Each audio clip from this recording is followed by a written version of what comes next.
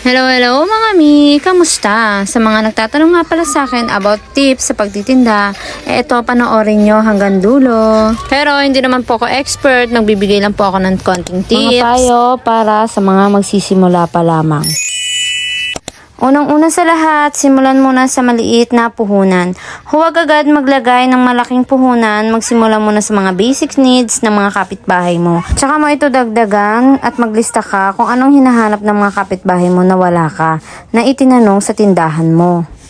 Pangalawang importante, customer service, maggiliw ng pag-aasikaso at pagiging reliable para bumalik-balik ang mga suki. Syempre, kailangan mabait ka at hindi ka masungit sa isang customer para naman balik-balikan ka nito.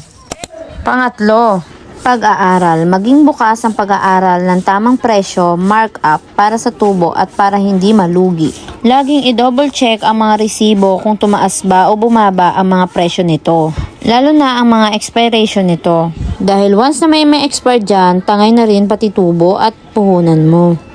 Pang-apat, maging matyaga. Normal sa simula na dahan-dahan ang kita, pero importante ang consistency. Dito na pumapasok na dapat yung hahanapin ng customer mo ay meron kang maibigay. Dapat sa loob ng isang buwan ay dapat alam mo na yung mga hinahanap at madalas na binibili ng mga customer mo. Na dapat na hindi ka na mawawalan nito dahil may tendency na lumipat sila ng ibang tindahan.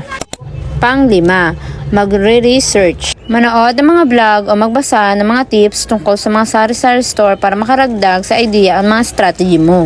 Katulad ko, nagsisearch din ako sa Google kung paano mag-start o magsimula talaga. Kasi hindi mo naman pwedeng simulan ang iyong sari-sari store kung wala kang alam. Maigi nang nagtatanong-tanong para naman masimulan mo ang gusto mong negosyo. Dahil hindi pwedeng sabak ng sabak, lalo na't kung maglalabas ka ng puhunan. Ito lamang pala yung mga kaalaman ko na ibibigay ko sa inyong tips sa mga magsisimula pa lamang. Kaya naman kung meron pang karagdagan, i-comment lang sa baba para naman maalam ko din kung may kulang pa ako sa pagtitinda. Kahit ako medyo matagal na sa pagtitinda, nag-e-explore pa rin ako ng mga dapat gawin sa pagtitinda. Kaya naman, sana naman may natutunan kayo sa aking mga pinagsasabi. Char. Kaya hanggang dito na lang muna. Follow me on my next mini vlog. Thank you for watching. This is Mami Sid Vlog. Thank you. Bye-bye.